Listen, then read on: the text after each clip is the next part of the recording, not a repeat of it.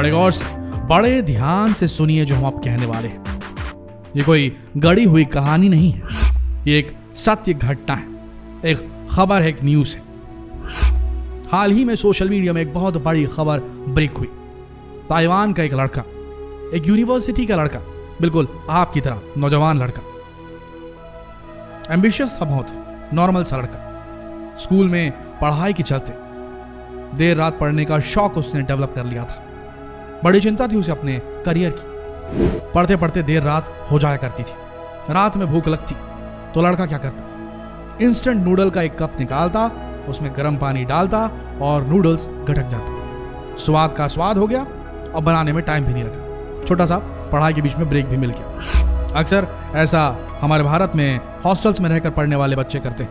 घरों पे भी जो बच्चे रहते हैं, कॉम्पिटिटिव एग्जाम्स की तैयारी करते हैं, वो भी ऐसा ही करते हैं, कुछ ना कुछ स्नैक कर लेते हैं रात में उठ के। तो ताइवान के इस लड़के ने इंस्टेंट नूडल का सहारा लिया, तो हर रात यही उसका खाना हुआ करता था, लेट नाइट। उसके बाद उस लड़के का सिलेक्शन हो गया, यूनिवर्सिटी चला गया, ताइवान की यूनिवर्सिटी चला गया। अब यहां पर इस लड़के ने इंस्टेंट नूडल के लिए एक अलग ही टेस्ट जनरेट कर लिया अपने मुंह में, एक अलग जायका डेवलप हो गया उसकी जबान पे इसका। वो कुछ नहीं खाता था, सिर्फ इंस्टेंट नूडल पर ही फोकस करता था और पढ़ाई पर फोकस करता था। समय कम हुआ करता था उसके पास, तो इंस्टेंट नूडल उसका लास्ट रिजॉर्ट रहा करते थे हमेशा। 1 साल बीते, 2 साल बीते, 3 साल बीते, 4 साल बीत गया, लगातार वो लड़का सिर्फ इंस्टेंट नूडल पर था। जानते हैं उसके बाद क्या हुआ? अचानक एक दिन उसे वॉमिटिंग लगी, नौसिया लगा, डिजीनेस लगी, पेट में तेज दर्द होने लगा। रश किया गया उसे हॉस्पिटल की ओर। हॉस्पिटल में डॉक्टर्स ने चेकअप किया और पता क्या बोला? इस लड़के को कोलोरेक्टल कैंसर हो चुका है। उसे पेट का, बड़ी आंत का कैंसर हो गया था दोस्तों। बड़ी मशक्कत के बाद भी उस लड़के को, उस होनहार लड़के को, जिसका करियर परवान चढ़ चुका था, बहुत अच्छी डिग्री हासिल करने वाला था, बहुत अच्छी, शायद किसी एमएनसी में जॉब करने वाला था, किसी बड़ी कंपनी का सीईओ बन जाता शायद, लेकिन 1 साल तक इस बीमारी से लड़ते लड़ते आखिरकार उसकी जंग 1 साल बाद खत्म हुई। बीमारी तो ठीक नहीं हुई, पर यह लड़का, ताइवान का यह लड़का खत्म हो गया। अब आप ही बताइए, इस कदर स्ट्रेस लेकर पढ़ना क्या जरूरी है, और इस कदर स्ट्रेस लेकर नूडल्स खाकर रात भर पढ़ना क्या जरूरी है? लगातार सर्कुलेट होने लगे मैसेजेस, वायरल मैसेजेस सर्कुलेट होने लगे सोशल मीडिया में, ताइवान में और उसके बाद पूरी दुनिया भर में, कि फलाना इंस्टेंट नूडल 4 साल तक लगातार खाता रहा ये लड़का और अंत इसका कोलोरेक्टल कैंसर से हुआ, पेट के कैंसर से हुआ और इसकी मौत हो गई। पूरा दोष इंस्टेंट नूडल पर मर दिया गया, क्योंकि ये बोला जाने लगा, तर्क ये दिया जाने लगा कि इंस्टेंट नूडल का जो स्टाइरोफॉर्म वाला कप आता है, स्टाइरोफॉर्म का कप तो आप जानते हैं, डिस्पोजेबल कप जो होते हैं, उसमें वैक्स की कोटिंग होती है। साथ ही जो नूडल्स बनाए जाते हैं वो आपस में चिपके ना, इसके लिए उसके ऊपर भी वैक्स लगाया जाता है। और इसी वैक्स के चलते ये जो वैक्स था वो उसके पेट में जमता गया और आखिरकार उस वैक्स की वजह से उसके अतड़ियों में कैंसर हो गया। पर जब फैक्ट चेक किया गया तो पता चला कि माजरा कुछ और था। स्टाइरोफॉर्म के जो ग्लासेस होते हैं, जो कप्स होते हैं जिसमें इनसे नूडल्स सर्व किए जाते हैं, कोई भी ऐसा रहता है जो डिस्पोजेबल जो होते हैं, स्टाइरोफॉर्म के जो कटोरी हम इस्तेमाल करते हैं, जो बर्तन हम इस्तेमाल करते हैं, उसमें वैक्स की कोटिंग अगर लगाई जाएगी तो जब वो गर्म चीज़ होगा उसे ऐसा डिज़ाइन किया जाता है जिसमें गर्म पानी डालते हैं तब जाके वो बनता है। ऐसी स्थिति में अगर वैक्स होगा तो वो वैक्स गल के नीचे आ जाएगा और खाने को खराब कर देगा। तो कंपनियां ऐसा बिल्कुल नहीं करती। नूडल्स में भी वही चीज़ होती है, उसमें भी वैक्स नहीं डाला जाता। तो क्या उस लड़के की मौत इंस्टेंट नूडल से नहीं हुई, वैक्स से नहीं हुई? ये हम नहीं कह सकते, लेकिन इंस्टेंट नूडल से पूरी तरीके से नहीं हुई।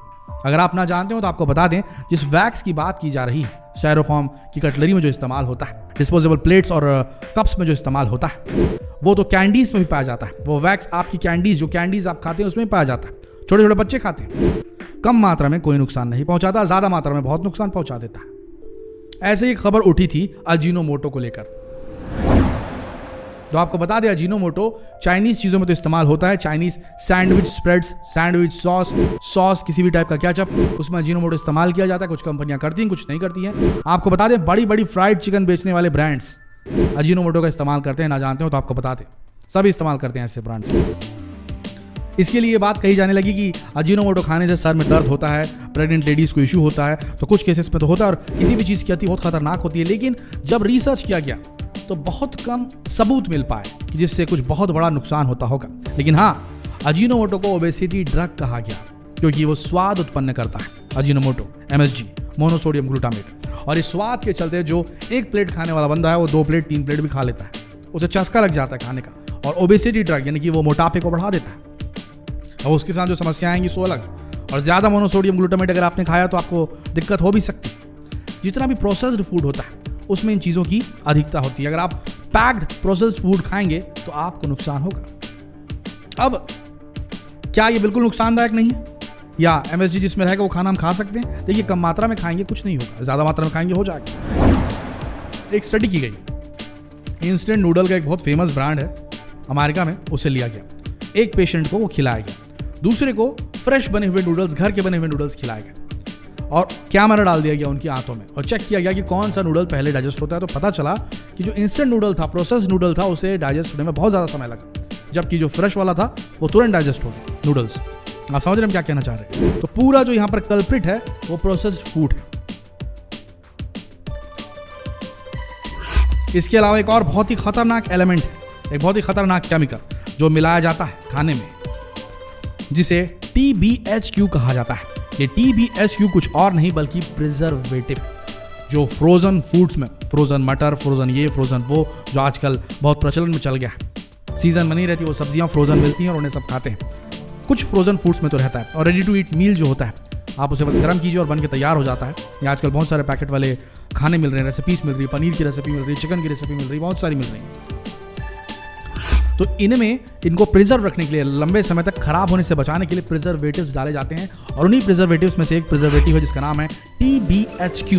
बड़ा ध्यान से सुनिएगा, TBHQ। Centre for science in the public interest के अनुसार TBHQ का इस्तेमाल हो रहा है और ये बेहद खतरनाक है। TBHQ यानी कि टर्शरी ब्यूटिल हाइड्रोक्विनोन। ये एक ऐसा प्रिजर्वेटिव है जो सारे प्रोसेस्ड प्रोडक्ट्स में रहता ही है, जिन्हें लंबे समय तक चलने के लिए कंपनियां डालती हैं, फ्रोजन फूड्स और इस तरह की और भी चीजें। जब centre for science in public interest संस्था ने इस TBHQ को चूहों को खिलाकर एक्सपेरिमेंट किया तो चूहों में कैंसर डेवलप हो गया, उनके शरीर में ट्यूमर पैदा होने लगे। पर हाँ, ये बात भी सही है कि TBHQ जितनी मात्रा में उन चूहों को दिया गया वो बहुत अधिक थी। तो कोई भी बंदा अगर TBHQ का मात्रा ज़्यादा लेगा, ज़्यादा प्रोसेस फूड खाएगा, तो उसके अंदर ये चीज़ हो सकती है, कैंसर डेवलप हो सकता है। इसीलिए FDA, फूड रेगुलेटरी बोर्ड्स जो होते हैं हर देश के, जो चेक करते हैं कि हानिकारक चीज़ तो नहीं मिली हुई है, वो रेगुलेट करते हैं इन चीज़ों की क्वांटिटी को। जहाँ ये रेगुलेशन सही से नहीं किया गया या कंपनी ने धोखाधड़ी करके इसे ज़्यादा मिला दिया, तो इसका असर तो देखने को मिलेगा जनता में। तो दोस्तों ध्यान रखिए, प्रोसेस्ड फूड से दूर रहिए, नहीं तो उस लड़के की तरह आपका भी हाल हो सकता है। खतरा कहीं से भी हो सकता है। इसके अलावा एक और बहुत बड़ा कल्प्रिट है जो आपकी रसोई में भी, और आप भी उसे मन लगाकर रोज खाते हैं। ये किसी पैकेट फूड में तो ज्यादा रहता है, लेकिन हम रोज अपने खानों में भी खाते हैं, और वो है नमक, NaCl, सोडियम। सोडियम जहां बढ़ा या आपके शरीर को नुकसान पहुंचाता है दोस्तों। जो हम होटल का खाना खाते हैं, बाहर का खाना खाते हैं, ऑनलाइन फूड डिलीवरी सिस्टम से मंगाकर जो खाना खाते हैं आजकल घर बैठे, वो बहुत ज़्यादा हानिकारक आधा तो सोडियम की वजह से हो जाता है। जितना नमक रहेगा उतना ज़्यादा आपकी बॉडी में वाटर रिटेंशन रहेगा, पानी आपके शरीर से बाहर नहीं निकल पाएगा, किडनियों पे जोर पड़ेगा, ब्लड प्रेशर बढ़ जाएगा, मोटापा हो सकता है, दिक्कत हो सकती है। आप समझ रहे हैं? तो सबसे बड़ा चीज़ तो एक TBHQ के बाद अगर कुछ है, या उससे पहले अगर कुछ हम कहना चाहेंगे, वो है NaCl, सॉल्ट, नमक, आपका रोज का नमक। नमक बेहद खतरनाक है, इससे दिल की बीमारी भी हो सकती है और बहुत सारी खतरनाक बीमारी हो सकती है। आपके स्टमक में नमक ज़्यादा वाली चीज़ें अगर आप खाएंगे तो आपके स्टमक की जो टिश्यू है उसमें चेंजेस आने लगेंगे, और उसके बाद अगर आप कोई ज़्यादा DDT वाली सब्जियां खाई, ज़्यादा कीटनाशक डली वाली सब्जियां बिना धोए अगर आपने कच्ची खा ली, तो वो परमिएट कर जाता है आपके जो स्टमक की जो लेयर रहती है अंदर की एपिथेलियल सेल्स की, उसको परमिएट करके अंदर चला जाता है और ब्लड स्ट्रीम में चला जाता है, जिससे कि नुकसान हो सकता है, कैंसर डेवलप हो सकता है। ये भी इनडायरेक्टली कैंसर कॉज करता है। तो भैया, अगर आप एक स्टूडेंट हो और ये सोचते हो कि पढ़ने लिखने के चक्कर में कम समय में नूडल्स खा लें या कम समय में पैकेट वाला आइटम खा लें और उसी से गुजारा चला लें, तो ये समझ लो कि अगर ऐसा करोगे तो लंबे समय में आपको बड़ी बीमारी घेर लेंगी। तो उसके बाद अगर आपका पैकेज 1 करोड़ साल का भी हो गया तो आप वो पैसा सिर्फ हॉस्पिटल में डालने वाले हो, उसे अपने परिवार पर खर्च नहीं कर पाओगे। आप समझ रहे हैं आप हमारी बात? बड़ी से बड़ी जॉब कर लीजिए, बड़ी से बड़ी नौकरी कर लीजिए, लेकिन सक्सेसफुल होने के बाद अगर आपका शरीर आपका साथ नहीं देगा तो आप उस धन को कहाँ से भोग पाएंगे?